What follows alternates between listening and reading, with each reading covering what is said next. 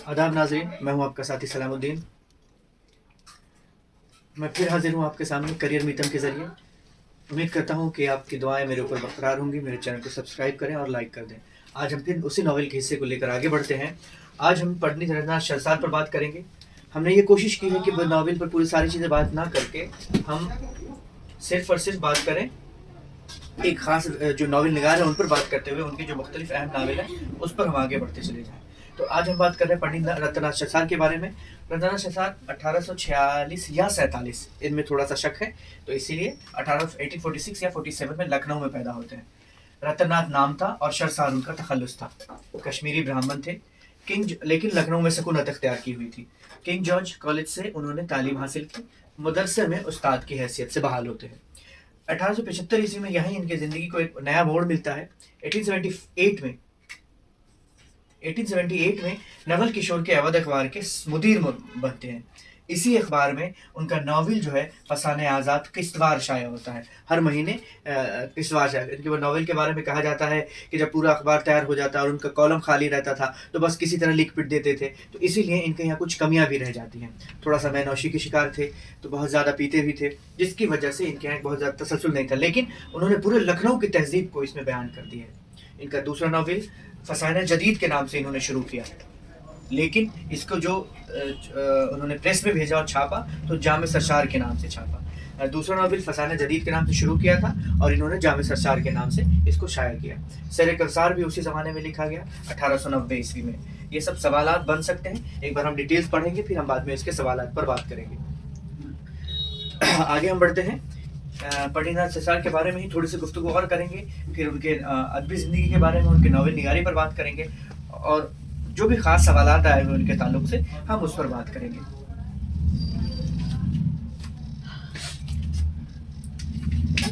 शेर का हिसार उन्होंने शाया किया था 1890 ईस्वी में। उसके बाद वो अवध अखबार से अलग हो गए। कुछ दिनों के बाद अवध अखबार से अलग हो गए। उनके एक दोस्त थे सीसी घोष।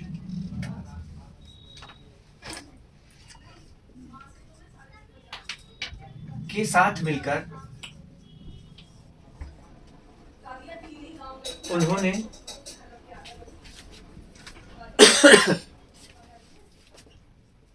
एक रिसाला, सीसी घोष के साथ मिलकर उन्होंने एक रिसाला खमकदह शरसार निकाला।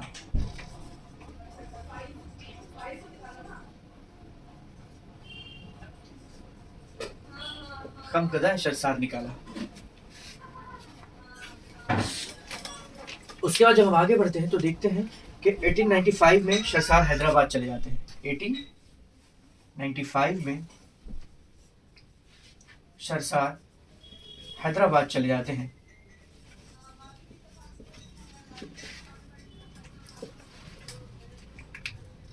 वहां उनकी कदर तो बहुत होती है, हैदराबाद में इनकी कदर बहुत होती है,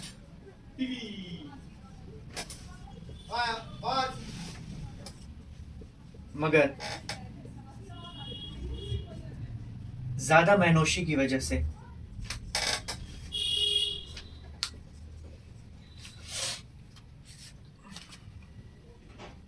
नोशी की आदत लग जाती है।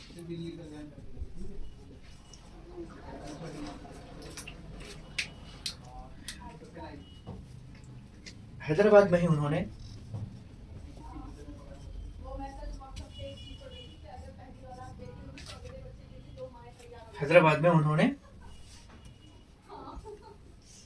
दबदबा आसफी के नाम से रिसाला निकाला। 1902 ईस्वी में उनकी वफात हैदराबाद में ही हो जाती है। कई बार ये सवाल आया है कि इनमें से किसकी पैदाइश लखनऊ में और वफात हैदराबाद में हुई है। 1902 ईस्वी में उनका इंतकाल हैदराबाद में ही हो जाता है। एक बार मैं इसको रिवाइज कर लूँ कि कुछ दिनों बाद वो अवध अखबार से अलग हो जाते हैं। अवध अखबार से अलग हो जाने के बाद वो अपने एक दोस्त सीसी घोष की मदद से एक नया रिसाला निकालते हैं, खमकदाए सरशार। कई बार ये सवाल आता है कि खमकदाए सरशार रत्नानाथ सरशार ने किन के साथ मिलकर निकाला था? तो सीसी घोष के साथ। 1895 में सर हैदराबाद चले जाते हैं। ये सवाल कई बार आया है कि वो हैदराबाद कब जाते हैं? 1895 में। हैदराबाद में उनकी कदर तो बहुत होती है, लेकिन मैनोशी की आदत हो जाती है। हैदराबाद में उन्होंने एक रिसाला निकाला, दबदबा आसिफी। दबदबा आसिफी निकाला और उनकी बहुत वहाँ इज्जत होती है, लेकिन मैनोशी के शिकार हैं और बहुत सारा कुछ आदत खराब हो जाती है, कोई काम ससुर के साथ नहीं करते हैं। आखिरकार 1902 ईस्वी में इनका इंतकाल हो जाता है और हैदराबाद में इंतकाल होता है। तो याद रखेंगे कि इनकी पैदाइश लखनऊ में हुई थी और इनका इंतकाल हैदराबाद में हुई थी। अब हम जो बात करेंगे पंडित रत्नानाथ सरसार के नॉवेल निगारी के बारे में।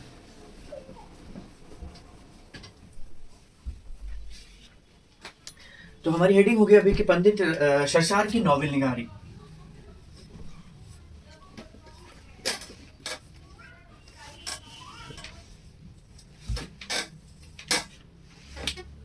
उन्होंने कुल 7 नॉवेल लिखे जो हमें इनके नाम याद होने चाहिए सभी के। 7 नॉवेल लिखे। फसाना आजाद, कई बार नावल का नाम देके पूछते हैं किसका लिखा हुआ है। फसाना आजाद, जामे सरसार,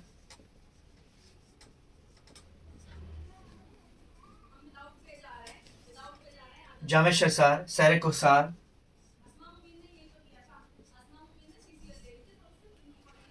सैर कोसार, कामनी, बिछड़ी दुल्हन,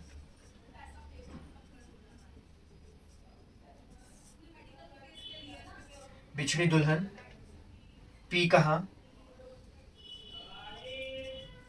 और करम धरम। ये इनके 7 नावल हैं जिनमें उनको सबसे ज़्यादा जो मकबूलियत मिलती है वो फसाना आज़ाद से मिलती है। और फसाना आज़ाद के एक किरदार हैं खूजी, जो एक समझिए कि वो जीती जाती मिसाल बन जाता है। उनके शाहकार फसाना आज़ाद है, सबसे इम्पोर्टेंट नावल। फसाना आज़ाद में जो है उन्होंने लखनऊ की तहजीब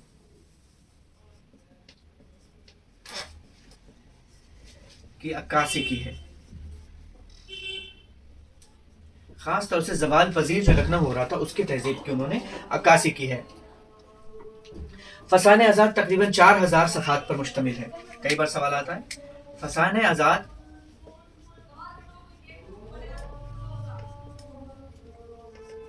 लगभग 4000 सफ़हात पर मुश्तमिल है।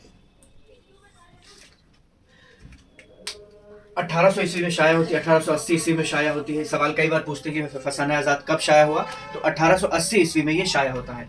आगे हम देखते हैं कि इसी के फसाना आज़ाद के 2 किरदार हैं, आज़ाद और खूजी, मियाँ खूजी जिसको बोलते हैं, बहुत मशहूर हैं, मशहूर और लासानी हैं।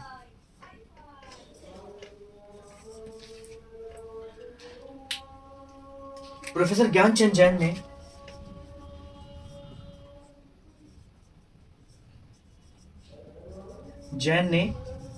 प्रोफेसर ज्ञानचंद जैन ने इस नॉवेल के फैलाव की वजह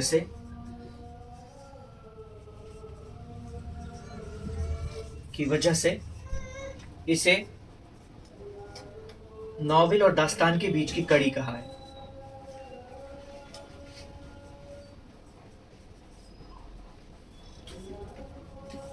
नॉवेल और दास्तान के बीच की कड़ी का है। और भी कई सारे सवाल हो सकते हैं, तो अभी हम गुफ्तगू करेंगे कि इन्होंने कितने नॉवेल लिखे। 7 नॉवेल, फसाने आज़ाद, जामे सरसार, सैर कोसार, कामनी, बिछड़ी दुल्हन, पी कहां और करम धरम। जो इनकी शोहरत का सबब है वो है फसाने आज़ाद। फसाने आज़ाद लखनऊ की तहजीब की अक्कासी करता है, खास तौर से जो जवाल पजीर लखनऊ है उसकी अक्कासी करता है। फसाने आज़ाद में लगभग 4000 सफ़हात पर मुश्तमिल है और 1880 ईस्वी में शाया होते हैं। फसाने आज़ाद के 2 किरदार, आज़ाद और खूजी, ये दोनों अपने आप में एक मिसाल है।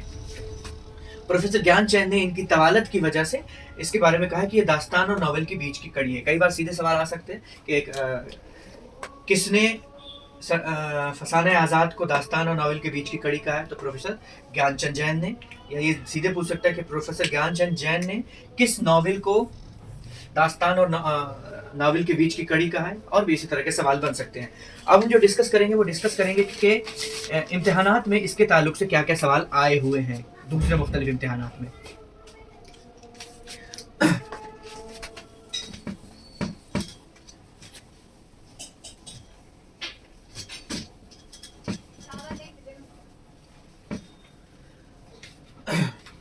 पहला सवाल कि सरशार का पहला मजमून, मजमून लिखते थे वो, सरशार का पहला मजमून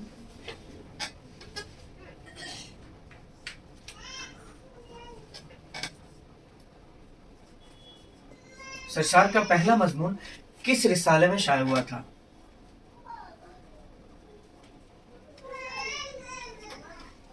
तो उसका आंसर है मुरासलाए कश्मीर। मुरासलाए कश्मीर में। दूसरा सवाल है कि सरशार ने फसाने आजाद किस उन्वान से अवध अखबार में शाया किया?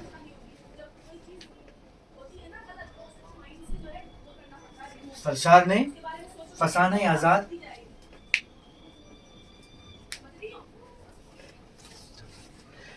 आजाद किस उन्वान से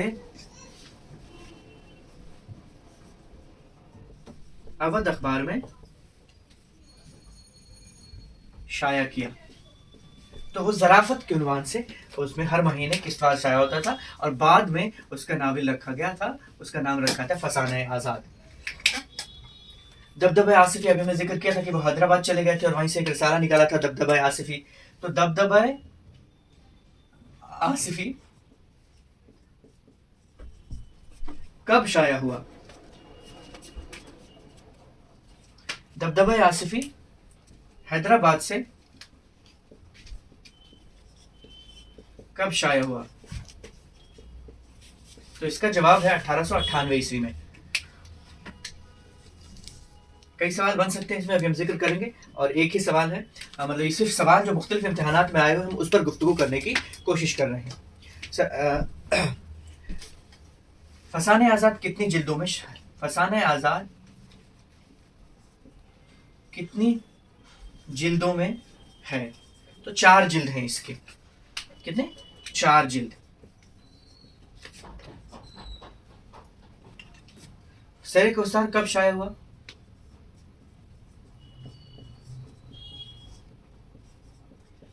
तो ये शाया हुआ था 1890 ईस्वी में।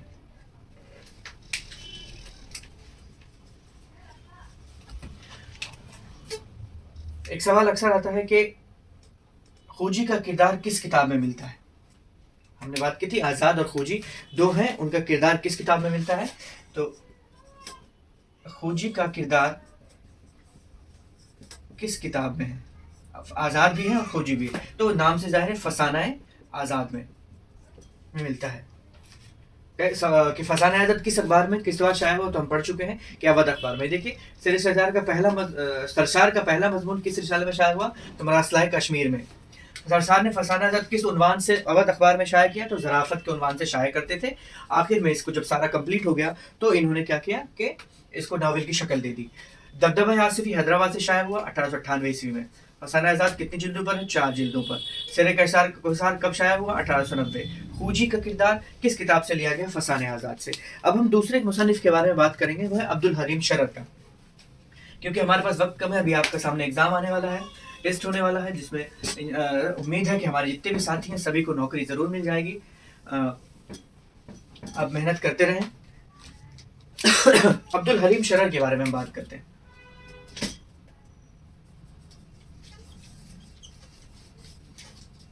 अब्दुल हलीम शरर भी एक नावल में बड़ा नाम है, उनके बारे में हम बात करते हैं। तो नाम अब्दुल हलीम था, शरर तखल्लुस था। इनकी पैदाइश जो होती है वो 1860 ईस्वी में लखनऊ में होती है। 1860 में लखनऊ में पैदाइश है। लखनऊ में ही इब्तदाई तालीम हासिल करते हैं।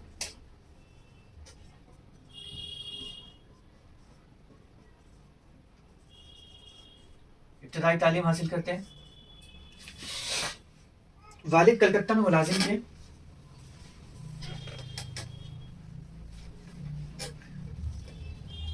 वहीं इनको बुला लिया।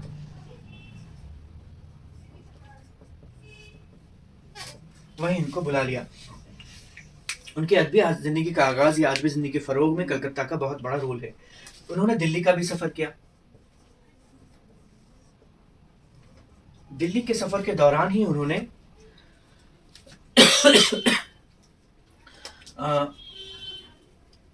किनका एक रसाला था, अब्दुल वहाब नजदी, दिल्ली का सफ़र किया।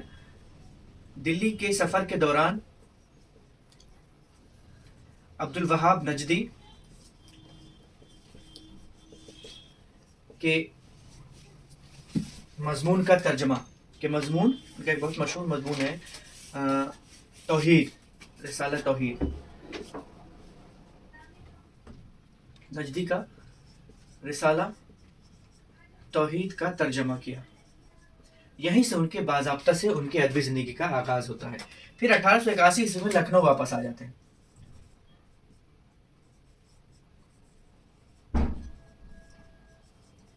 जाते हैं। अवध अखबार से वाबस्ता हो जाते हैं, जो मुंशी नवल किशोर का था, जिससे इससे पहले जो हमने बात की थी शख्सार, वो भी जुड़े हुए थे और ये भी जुड़े हुए थे। अवध अखबार से जुड़ जाते हैं।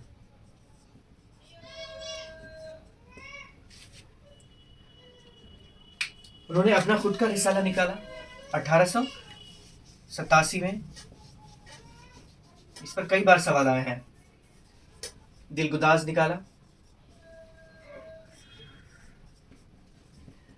ज्यादातर नॉवेल उन्होंने अपने इसी रिसाले में लिखे हैं। दिलगुदाज में उन्होंने अपना नॉवेल, कई बार ये सवाल आता है कि दिलगुदाज में कौन कौन से नॉवेल लिखे। उन्होंने अपना नॉवेल मुल्क अजीज वर्जीनिया,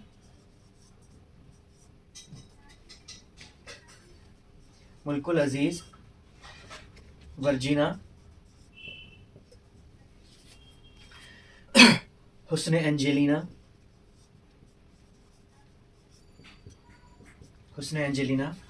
मंसूर मोहना किश्तवाड़ शाया करते हैं।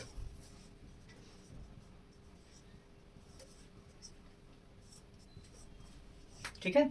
हमने देखा अब्दुल हलीम शेर के बारे में। 1860 ईस्वी में लखनऊ में पैदा होते हैं। उसके बाद लखनऊ में ही इब्तदाई तालीम हासिल करते हैं। वालिद कलकत्ता में मुलाजिम थे, इसलिए वहीं उनको बुला लिया। दिल्ली का सफ़र भी इन्होंने किया है। दिल्ली के सफ़र के दौरान अब्दुल वहाब नजदी का रिसाला था तौहीद, उसका तर्जमा किया और उनके अदबी ज़िंदगी का आगाज़ यहीं से होता है। 1881 ईस्वी में लखनऊ वापस आ जाते हैं।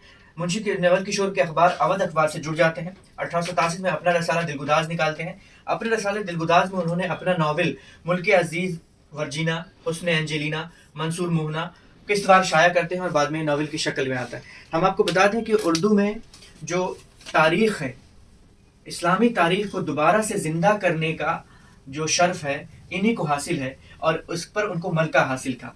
तो तारीख़ी नॉवल के ताल्लुक से इनका नाम बहुत मशहूर है। अब्दुल हलीम शेर के बारे में ही थोड़ी सी चंद गुफ्तगू और करेंगे, फिर उनके नॉवल निगारी पर बात करेंगे कि माली दुश्वारियों के बाद हैदराबाद गए।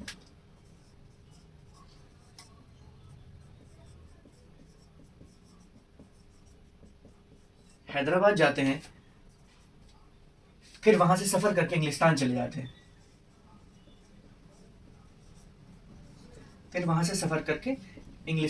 जाते हैं।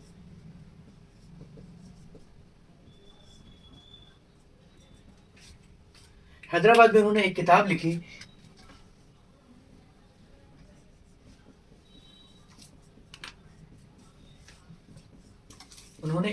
लिखी, जिसका नाम मुझे अभी याद नहीं आ रहा। किताब लिखी जिस पर मुस्लिम मुआशरे को बहुत शिकायत थी। उनको मुल्क बदर कर दिया गया। सवाल आ सकता है कि इनमें से किस नॉवेल नगार को मुल्क बदर किया गया था, यानी कि हैदराबाद से निकाल दिया गया और फिर वो लखनऊ में सुकूनत अख्तियार करते हैं। आखिरकार लखनऊ में सुकूनत अख्तियार करते हैं। और 1926 ईस्वी में इनका लखनऊ में ही इंतकाल हो जाता है।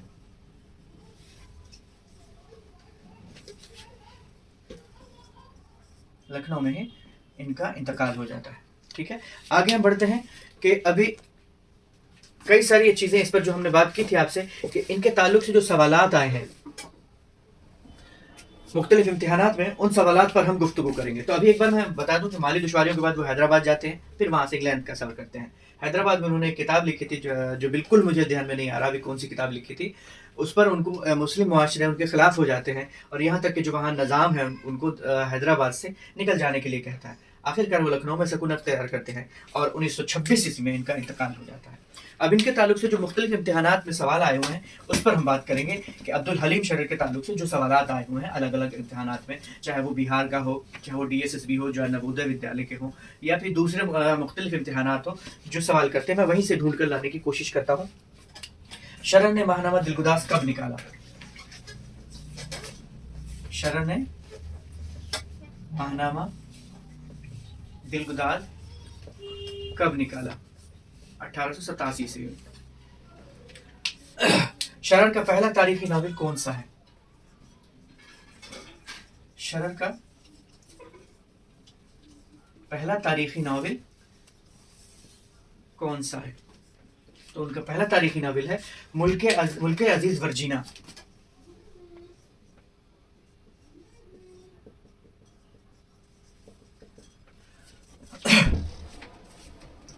उन्होंने हैदराबाद से उन्होंने दोबारा जो उनका माहनामा दिलगुजार था माली दुश्वारियों की वजह से बंद हो गया, उसको दोबारा हैदराबाद से उन्होंने शाया किया था। जब वो हैदराबाद हम बात कर चुके हैं, हैदराबाद गए तो वो कब शाया किया? ये सवाल आया है कि माहनामा दिलगुदास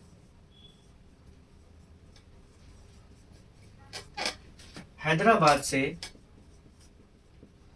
दोबारा कब शाया हुआ?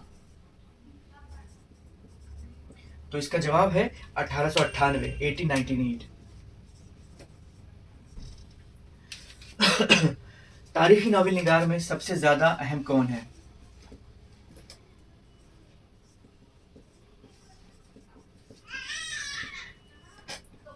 सबसे ज्यादा अहम कौन है? तो अब्दुल हलीम शर्र।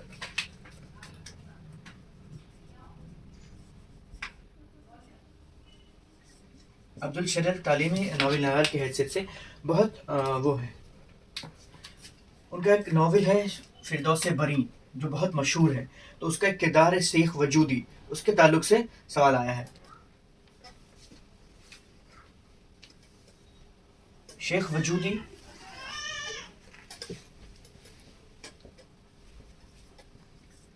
वजूदी के नावल का किरदार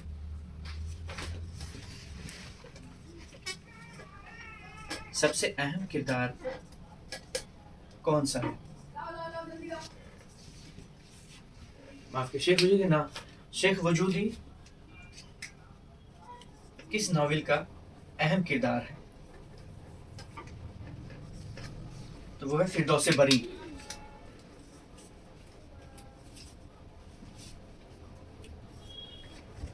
फिरदौस बरी।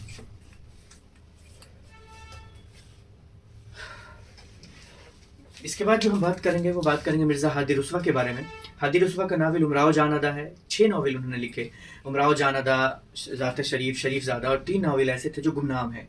इन 3 नावलों पर बहुत सवाल आते हैं कि उमराव जान अदा किसने लिखी, कब लिखी, किस तहजीब की अक्कासी की गई है, ज़ात शरीफ किसका नावल है, उसका मौजू क्या है, शरीफ ज़ादा जो उनके आप बीती भी कही जाती है, वो किसने लिखी और इसका मौजू क्या है। तो इस सब पर हम अभी वीडियो हमारी लंबी हो गई है, तो अगले वीडियो पर गुफ्तगू करेंगे और हम जल्द ही मिलते हैं। आप हमारे साथ अपना प्यार ऐसे बरकरार रखेंगे और हमारे चैनल को सब्सक्राइब करें और हो सके तो ज़रूरतमंद लोगों तक पहुंचा दें और लाइक भी कर दें। बहुत बहुत शुक्रिया।